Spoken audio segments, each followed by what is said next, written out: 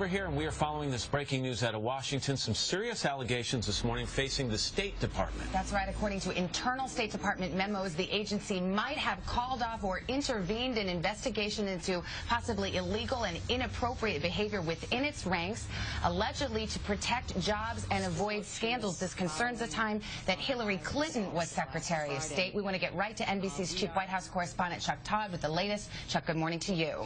Good morning, Savannah. You know, there's an old saying in Washington that the cover-up is worse than the crime. But in this case, both parts of it are disturbing. Allegations of prostitution and pedophilia, and allegations that those crimes were somehow covered up or not looked into. So the State Department this morning is having to respond to those claims and those investigations of misconduct by State Department officials, including by an ambassador and security agents attached to then Secretary of State Hillary Clinton. And the allegations are that these investigations were whitewashed, quashed altogether, and that those orders came from high up. NBC News has obtained documents related to ongoing investigations into some disturbing allegations involving State Department personnel and at least one ambassador.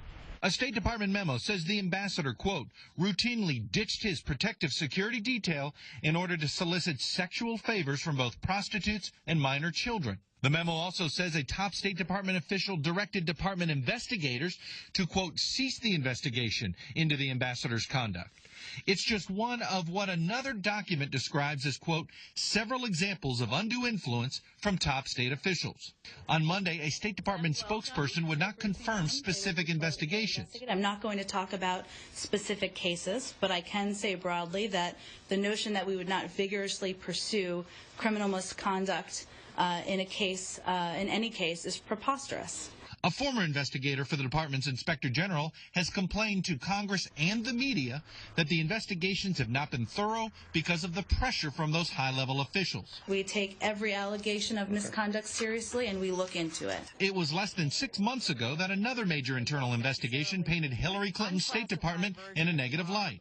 That scathing report on the failed diplomatic security procedures in the aftermath of the Benghazi attack.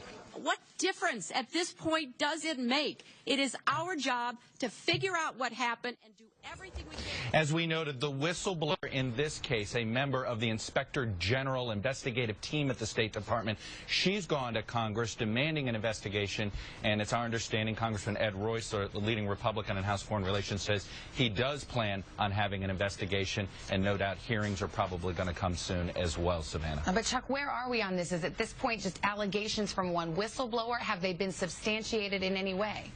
Well, here's what it is. The whistleblower says that this report, that the internal investigation having to do with how diplomatic security even investigated these allegations, that's where this scathing report came from. It's how the investigators somehow dropped the investigations, including into this ambassador and onto some other deal, including on folks that were part of security detail. So the allegations themselves haven't been fully substantiated by us, but this Inspector General whistleblower believes that the evidence was clear, but the problem was the investigation wasn't done in time to find out for sure if this misconduct was happening.